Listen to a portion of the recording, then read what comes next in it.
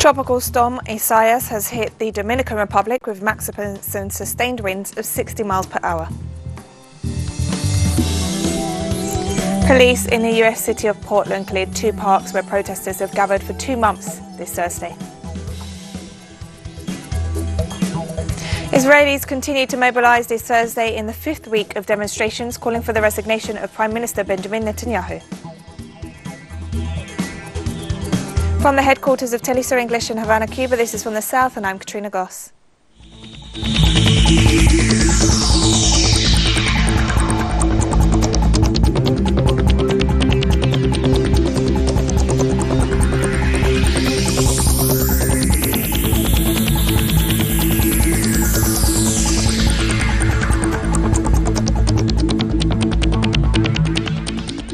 Tropical storm Isaias has hit the Dominican Republic and continues to have maximum sustained winds of 60 miles per hour.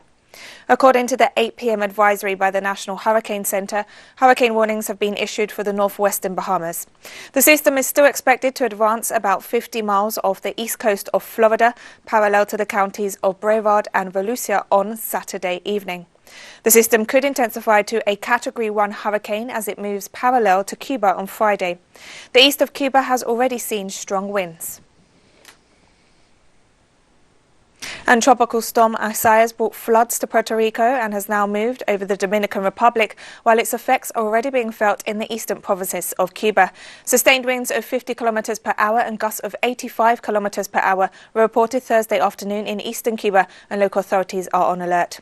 On its passage over Puerto Rico, the storm resulted in potentially life-threatening flash flooding and knocked out power for hundreds of thousands of residents. This is the 9th named storm system of the 2020 Atlantic hurricane season. In Brazil, the Supreme Court minister, together with the congressional president, announced this Thursday that they will work together to pass a law to prevent former judges from running for political office for a period of 8 years after they leave the bench. Our correspondent Brian Meir explains the motives behind the move. Minister Dias Toffoli, together with Congressional President Rodrigo Maia, just announced that they're going to work together to pass a law to prevent former judges from running for political office for a period of 8 years after they leave the bench. This is widely viewed as an attempt to bar former Lava Jato judge Sergio Moro for running for office in 2022. Now, a lot of foreign magazines like Time, foreign news organizations, and even national ones have cited Moro as a hopeful in the 2022 presidential elections. If this law is passed, it'll put an end to it. And while some people might complain that this is a kind of abomination of justice or a law of exception, they have to remember that Moro spent most of 2018 bending the law, working outside of the law, and violating the law on several occasions to block Luis Inácio Lula da Silva from running for president at a time when he was leading all polls with over double the support of the nearest rival. And the result of this process was a neo-fascist takeover under the leadership of former military dictatorship army captain Jair Bolsonaro. And one of the first things that Bolsonaro did upon taking office was create a new special position, a special cabinet ministry for Moro called Super Justice. Argentinian authorities are battling a large swarm of locusts in the northern province of Formosa. According to the National Locust Control Program, this swarm is the third and largest so far this year, at up to 40 square kilometers in size, double the size of another swarm in the same province. Locals in Formosa are fearful of the damage to grazing land for their cattle. The first swarm of locusts that entered from Paraguay earlier this year and advanced close to the border of Brazil is now under control. The third swarm of locusts was located early this week, Monday, Tuesday, in a town called Ingeniero Juárez. This town is very close to Salta province. This is a very large swarm that at least doubles the size of the other two. Some ground checks were made yesterday and today, and that will continue, but clearly that will not be the solution because the swarm has a very important dimension. The alert continues in neighboring countries, especially because outbreaks may continue to appear in Bolivia and Paraguay. In fact, today we have been informing Bolivia that an important concentration has appeared. Beyond the issue of resources, controlling the plague is very difficult. However, our three countries, Argentina, Bolivia and Paraguay, are trying to add Brazil and Uruguay to get some extra financing. Venezuelan President Nicolas Maduro offered details on the achievements of the Venezuela Bella mission to improve urban spaces this Thursday. President Maduro explained that the program has the goal of restoring, repairing and renovating 1,500 places of worship, with works on 993 already completed. The Venezuelan president also informed that vertical gyms, which have been installed in several urban neighborhoods, could be reconditioned to receive COVID-19 patients if necessary. It was also announced that as part of the program to renovate urban spaces, the national government, through the mayor's office of Libertador municipality, handed over the completely restored Simón Bolívar Square in central Caracas, even in the midst of the COVID-19 pandemic. Venezuelan Vice President Delcy Rodriguez offered an update on COVID-19 figures this Thursday. Rodriguez reported 651 new locally transmitted cases and 50 imported cases, as well as 4 COVID-19 deaths in the last 24 hours. Of the imported cases, 44 came from Colombia, 4 from Peru and 2 from Ecuador. Rodriguez also noted that 60% of people who have tested positive for COVID-19 in the country have recovered so far. Venezuela's COVID-19 figures now stand at more than 17,000 cases and 154 fatalities. And the Venezuelan Vice President, Delcy Rodriguez, speaking at the grand opening of an Iranian supermarket in the capital Caracas, stressed that it was an example of the positive bilateral relations between Venezuela and Iran. The Vice President said the opening of the store represented a triumph for the two countries, blockaded and sanctioned by the United States, which came together to defend their right to free trade despite the difficulties. She noted that the private sectors of the two countries had come together in order to offer new products for Venezuelans and Iranians alike. And as mentioned, the first Iranian supermarket in Latin America opened its doors in the Venezuelan capital, Caracas, on Thursday, as yet another example of bilateral cooperation in the face of the sanctions imposed by the United States against both countries. Our correspondent, Madeline Garcia, brings us the details.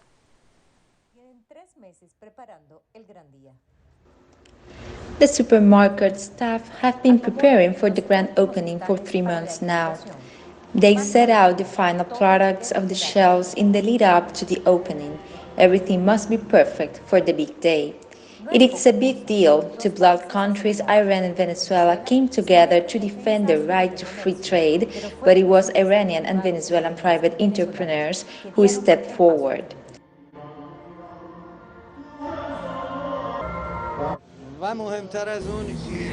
And to give hope to the Venezuelan people that the doors of the world are not closed to them due to the sanctions imposed by the United States, which cause problems and difficulties, but there is always a way to overcome these obstacles and a path forward.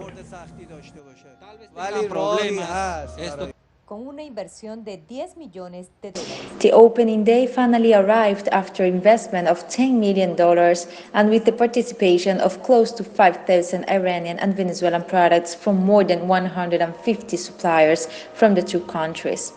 Iran and Venezuela have fought another battle together.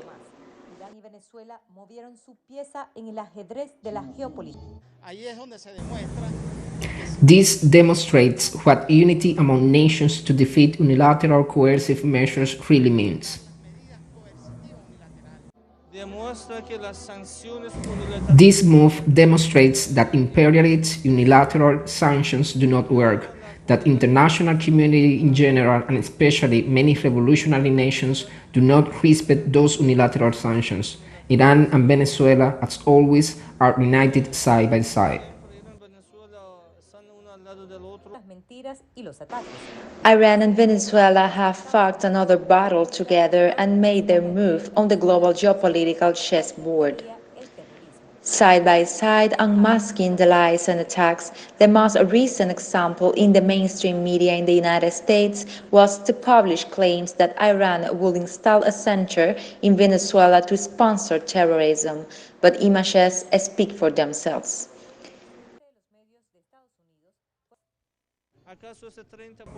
Is the fact that 30% of these stands are in hands of Venezuelan enterprises a lie? Could it be that these different products have arrived to kill people or to actually help Venezuelans add food on the table to enrich their food supplies? I'm sure, my brother, that public opinion is aware and clever enough to dismiss those lies published by the mainstream media in the United States. Bilateral trade between Iran and Venezuela does not limit itself to this supermarket, where 100 direct jobs and 400 indirect jobs have been created. Entrepreneurs of both countries have signed agreements to export Venezuela products, which are already present in Iran, including mango, pineapple, wood, and others. And we'll be right back after this short break, so don't go away.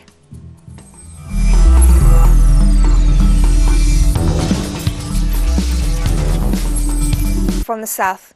Police in the US city of Portland cleared 2 parks where protesters have gathered for 2 months this Thursday. The parks have seen nightly clashes between those protesting against police brutality and systemic racism and law enforcement agents. While federal agents are expected to gradually withdraw from the city following complaints that they had escalated the violent clashes, protesters have stressed that they will continue to mobilize. Them bringing the feds here just put oil on the fire. It just made it worse. And so, honestly, whether they're here or whether they're not, people are still going to fight for justice.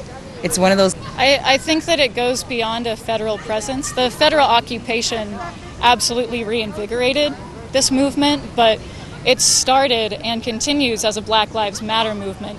So whether there's a federal presence or not, people are going to continue demanding justice because the system in its entirety is built to be oppressive. We want the feds out of here. If the police can't do their job, then maybe they need to get out of here too. They need to fire them and rehire them, bring a whole new squad on here. Portland, Oregon, it's time for us to take our streets back. Italian authorities reported that 600,000 people have lost their jobs due to the COVID-19 pandemic. According to figures from the National Institute of Statistics, from February to June, the unemployment rate increased by 8.8%. In addition, the data showed that since the 6th month of 2020, there was a fall in employment levels and progressive expansion of the number of people looking for a job.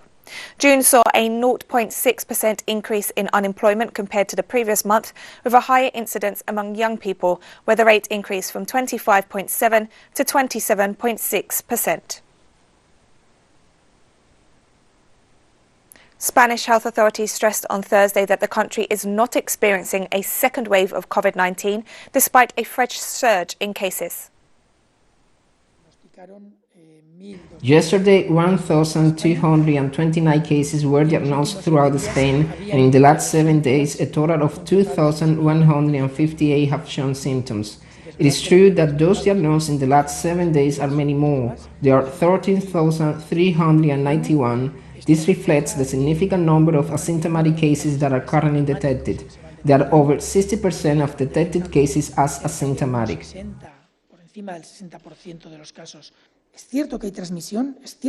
It's true that there is transmission. It's true that we are still in an epidemic phase to which we have to be very careful. But it's also true that as the surveillance and control of the epidemic is taking place at the moment, it gives us a lot of confidence. Obviously, not total confidence. The risk is still there, but it gives us a lot of confidence that we can work well and control the virus now.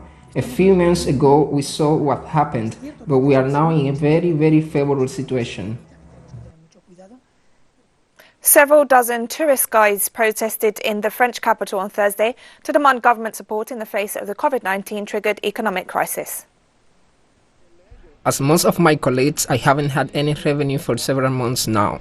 We need a way to survive until the business goes back to normal. But given the situation in the US, it is obvious that the business won't come back to normal before summer of next year at earliest. So in the meantime, we need to survive. The state has now given 18 billion euros to help tourism, to help the tourist industry.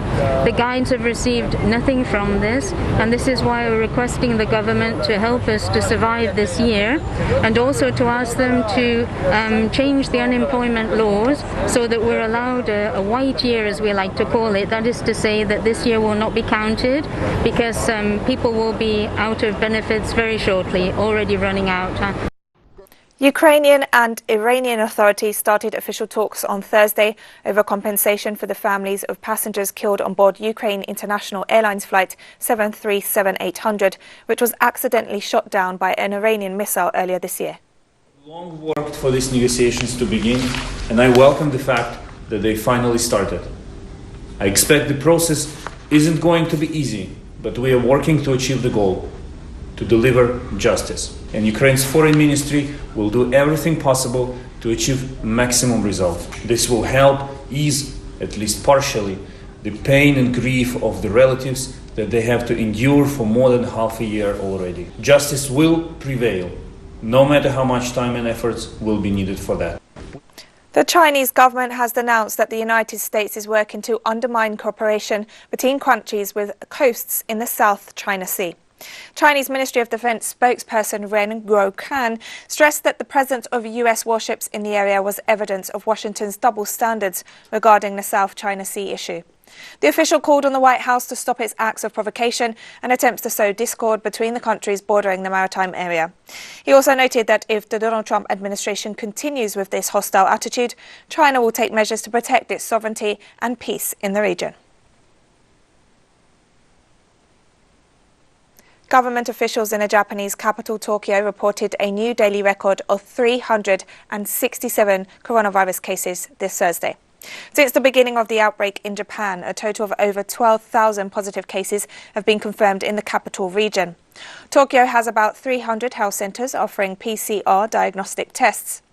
To date, Japan has confirmed over 34,000 COVID-19 cases and a death toll of over 1,000.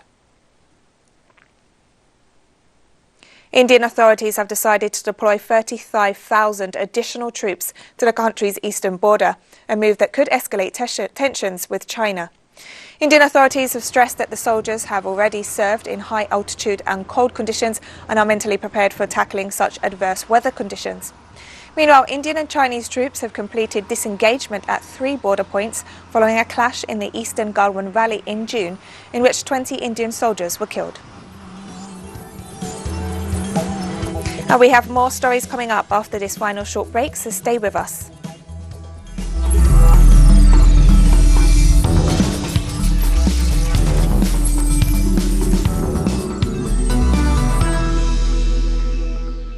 Welcome back to From the South.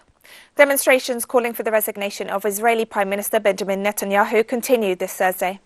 Thousands of protesters gathered in front of Netanyahu's official residency in Jerusalem in the 5th week of demonstrations over the handling of the COVID-19 pandemic. Meanwhile, opposition figures have stressed that Netanyahu lacks the integrity to hold the post of Prime Minister, given his trial on corruption charges. Security forces have been reinforced at the PM's residency as the number of demonstrators continues to grow. Iraqi authorities have announced the results of an investigation into the death of 2 protesters during demonstrations that took place in the capital, Baghdad, earlier this week.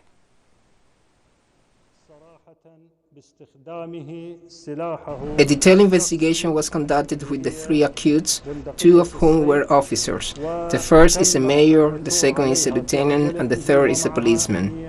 One explicitly confessed to using his personal weapon, a hunting rifle, which found inside his car with 134 ammunition. It was also discovered that live rounds were fired in the air to disperse the protesters, contravening the orders of the Commander-in-Chief of the Armed Forces, who strictly prohibited the use of live bullets for any purposes. Kenyan authorities confirmed 788 new coronavirus cases this Thursday. 788 people who have tested positive, following the testing of 5,521 samples. This now brings the number of positive cases to 200 and this brings the number of positive cases pushing our cumulative tests to 295,280.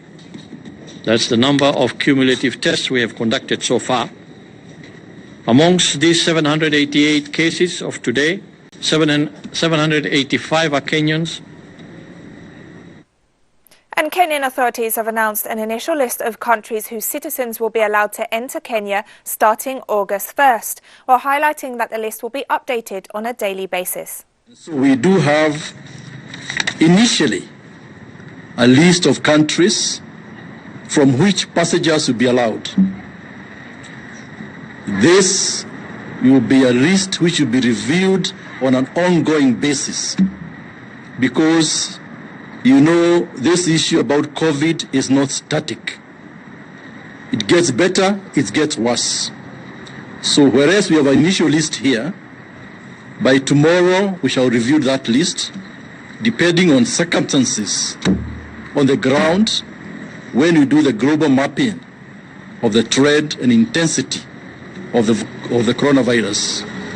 United Nations officials noted on Thursday that 60% of the population in Zimbabwe is projected to be food insecure by the end of the year, while calling for international support to prevent this potential humanitarian disaster.